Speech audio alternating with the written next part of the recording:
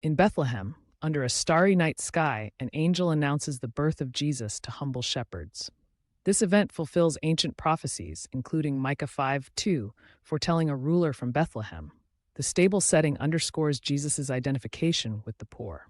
Historical records note this occurred during Herod's reign, 4 BCE, aligning with Roman census practices. The star, possibly a planetary conjunction, guided Magi from the east, symbolizing divine orchestration. At age 12, Jesus astounds scholars in Jerusalem's temple with his theological insights, as recounted in Luke 2:41-52. This episode reveals his divine wisdom and unique relationship with God. Historical context. Jewish boys studied Torah intensively, but Jesus' understanding surpassed his peers. The temple, rebuilt by Herod, was a hub of religious debate. His response to Mary, "I must be in my Father's house," hints at his messianic identity, bridging childhood and ministry. Jesus' baptism in the Jordan River by John the Baptist, Matthew 3:13-17, marks his public ministry's launch. John's ascetic movement called for repentance, drawing crowds. Jesus' submission to baptism, despite being sinless, models humility. The descending dove and voice from heaven, "This is my son," echo Isaiah 42:1, identifying him as the servant Messiah. Archaeological evidence confirms baptism sites near Qasr el-Yahud, emphasizing the event's historical rootedness. After 40 days fasting in the Judean wilderness, Jesus resists Satan's 3 temptations, Matthew 4:1-11. Each temptation, turning stones to bread, testing God's protection, seizing worldly power, mirrors Israel's Exodus failures. Jesus quotes Deuteronomy, affirming loyalty to God. The barren landscape, likely near Jericho, symbolizes spiritual testing. Early Christian hermits later sought similar solitude, inspired by his victory over temptation's allure.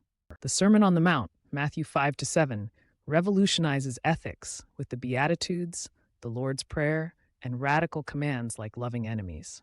Delivered near Capernaum, this address reframes Torah obedience around heart attitudes. Scholars note parallels with Moses on Sinai, positioning Jesus as a new lawgiver. The salt and light metaphor draws from Galilee's fishing and oil lamp culture, making teachings tangible to agrarian listeners. Jesus' miracles, like healing lepers, Mark 1:40-45, and the blind, John 9, demonstrate God's kingdom breaking into human suffering.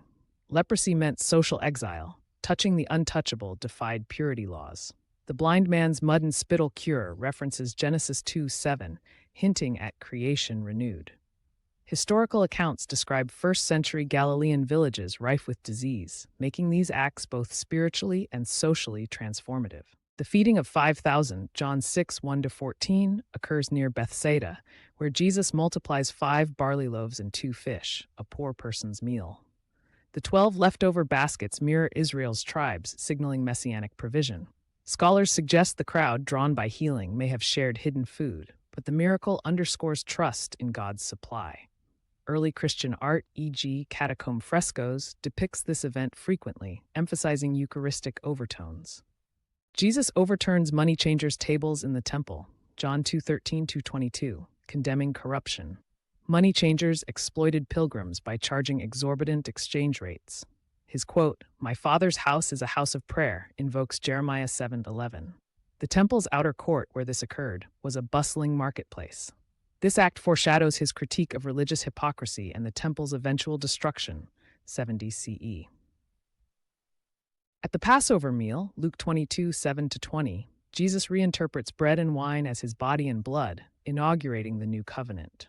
The upper room's location, possibly in Jerusalem's Essene quarter, ties to Jewish liberation themes. His foot washing, John 13, models servant leadership. The betrayal by Judas, paid 30 silver shekels, equivalent to a slave's price, fulfills Zechariah 11:12-13. The empty tomb, John 20:1-18, and Jesus' appearance to Mary Magdalene confirm his resurrection. Roman guards, assigned to prevent theft, became unwitting witnesses. The folded burial cloth, John 20:7, signals intentionality, not robbery. Historical accounts cite over 500 post-resurrection appearances, 1 Corinthians 15:6.